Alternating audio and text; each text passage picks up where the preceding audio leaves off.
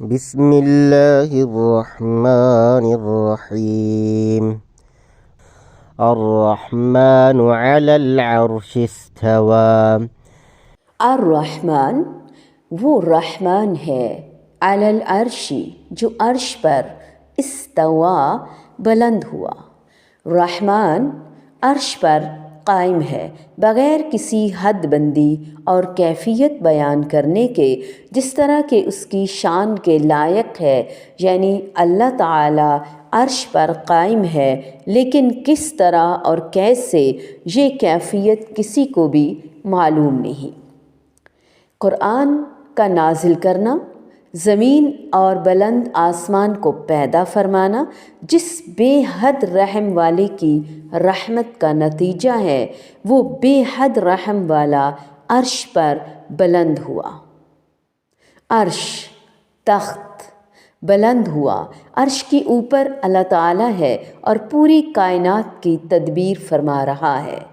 ثم استوى علی العرش یدبر الامر، پھر وہ عرش پر بلند ہوا، ہر کام کی تدبیر کرتا ہے۔ اس آیت اور دیگر تمام آیات سے صاف ظاہر ہے کہ اللہ تعالیٰ عرش کے اوپر ہے، لیکن یہ بات کہ وہ عرش کے اوپر کس طرح ہے، کھڑا ہے، بیٹھا ہے یا پھر کس کیفیت میں ہے، یہ کوئی نہیں جان سکتا، کیونکہ مخلوق محدود ہے اور وہ لامحدود۔ مخلوق میں سے کوئی بھی خالق کو تو کجا، اس کی معلومات میں سے بھی کوئی چیز پوری طرح سے جان نہیں سکتا، ہاں مگر جو وہ خود چاہے۔ فرمایا وَلَا يُحِيطُونَ بِشَيْءٍ مِّنْ عِلْمِهِ إِلَّا بِمَا شَاءَ، اور وہ اس کے علم میں سے کسی چیز کا احاطہ نہیں کرتے مگر جتنا کہ وہ خود چاہے۔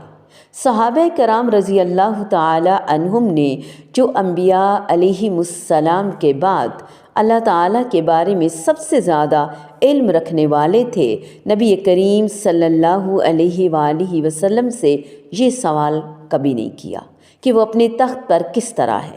اس لیے کسی شخص نے امام مالک رحمہ اللہ سے الرحمن علی العرش استوى اس کے متعلق پوچھا کہ کس طرح، تو انہوں نے فرمایا الاستواء معلوم والکیف مجہول والسؤال عنہ بدعہ، یہ بات سب جانتے ہیں کہ وہ عرش کے اوپر ہے، مگر یہ کسی کو معلوم نہیں کہ کس طرح ہے، اور اس کے متعلق سوال بدعت ہے۔ مزید فرمایا کہ میں تمہیں برا آدمی خیال کرتا ہوں، اسے میرے پاس سے نکال دو۔ تو سوال کرنے والا یہ کہتا ہوا چلا گیا کہ اے ابو عبداللہ، میں نے اس کے متعلق اہل عراق اور اہل شام سے پوچھا، مگر کسی کو آپ کے صحیح جواب جیسی توفیق عطا نہیں ہوئی۔ خلاصہ کلام یہ ہے کہ جو بات اللہ تعالیٰ اور اس کے رسول صلی اللہ علیہ وآلہ وسلم نے بتائی ہے، اس پر ایمان لانا فرض ہے، اور وہ یہ ہے کہ اللہ تعالیٰ عرش پر جلوہ فرما ہے، مستوی ہے۔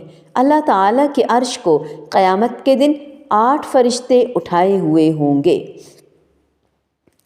لوگ قیامت کے دن بے ہوش ہو جائیں گے تو سب سے پہلا شخص جو ہوش میں آئے گا، نبی کریم صلی اللہ علیہ وآلہ وسلم نے فرمایا کہ وہ میں ہوں گا۔ اچانک میں موسیٰ علیہ السلام کو دیکھوں گا کہ وہ عرش کے پایوں میں سے ایک پائے کو پکڑے ہوئے ہوں گے، تو میں نہیں جانتا کہ وہ مجھ سے پہلے ہوش میں آ گئے یا انہیں طور کی بے ہوشی کا بدلہ دیا گیا، مگر اللہ تعالیٰ کا عرش پر ہونا یا اس کی کوئی بھی صفت مخلوق کی صفت کے مشابہ نہیں فرمایا۔ لیس کمثلہ شیء وہو السمیع البصیر، اللہ رب العزت عرش پر تو ہیں، یہ تو انڈرسٹوڈ ہے، کیسے ہیں یہ جب اللہ رب العزت اپنے پاس بلائے گا تو کچھ باتیں تب سمجھائے گا۔ ہمارے لیے آج اتنا ہی کافی ہے کہ جتنا اس نے بتا دیا، اس کی مثل کوئی چیز نہیں، اور وہی سب کچھ سننے والا، سب کچھ دیکھنے والا اور سب کچھ جاننے والا ہے۔